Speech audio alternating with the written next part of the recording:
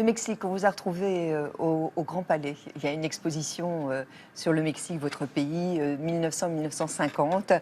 C'est une exposition, vous êtes une guide extraordinaire. Bon, pas vraiment, pas vraiment. Donc on vous a suivi, et c'est Alexandra Garde et Anne Roussel-Blanc qui vous ont accompagné.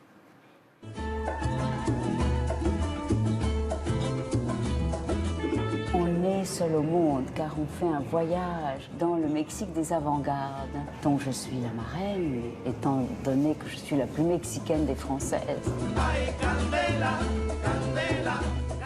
Cette fulgurance de la peinture mexicaine, des artistes mexicains, sont très liés aussi à ma famille, à ma grand-mère. Parce que ma grand-mère était femme d'ambassadeur au Mexique. Elle a sauvé beaucoup de gens pendant la guerre, d'artistes notamment.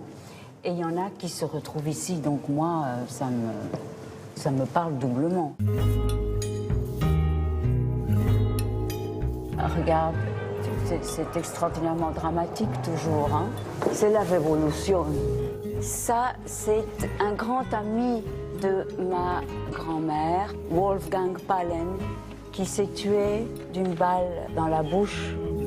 Le Mexique, c'est quand même le pays surréaliste par excellence. C'est le pays de l'amour fou. Bueno, nos vamos por aquí. Ça, c'est l'arôme. C'est aussi la fleur de los muertos. Vous voyez, la fleur des morts. Diego Rivera a été marié à Frida Kahlo. Frida Kahlo est cette merveilleuse jeune femme qui a eu un accident de tramway, un rail du tramway qui lui a traversé le corps. C'est quelqu'un qui, toute sa vie, a été dans le culte du dolorisme. C'est presque comme un courant philosophique, le dolorisme. C'est-à-dire qu'il faut passer par la douleur pour comprendre le monde, pour se sensibiliser le plus possible aux êtres, aux choses. Toute cette douleur, elle a su la symboliser par la peinture. Je m'identifie, comme beaucoup de femmes, à Frida. Vous avez connu de grandes souffrances, comme Frida? Oh ben, évidemment. Mais je suis comme tout le monde, je me protège. Je ne vais pas être le cœur sur la main toute la journée.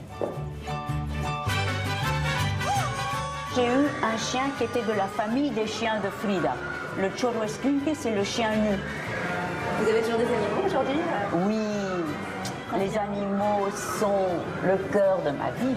Ça va être beau, hein, avec... Voilà, je suis los mexicanos. Chut. Moi, j'ai été élevée dans ce mysticisme mexicain. Ça m'émeut complètement. On est dans une période où on cache la mort. C'est tout de suite, si on n'en a pas honte, on nie la mort, on ne vit pas sa mort. Or, le Mexique est un pays où on vous apprend à vivre votre mort. La mort est un passage qu'il faut vivre. Je suis très structurellement catholique. J'adore le message du Christ. La révolution, c'est aimez-vous les uns les autres. Alors Ariel, il y a une petite séquence dans Théo Café qui est l'autopsie du sac à main.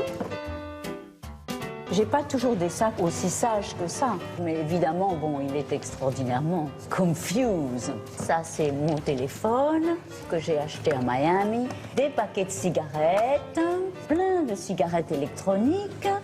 J'ai des clés avec un bonbon pour pas les perdre. Ça, c'est quelqu'un qui m'a donné du jasmin. Voilà.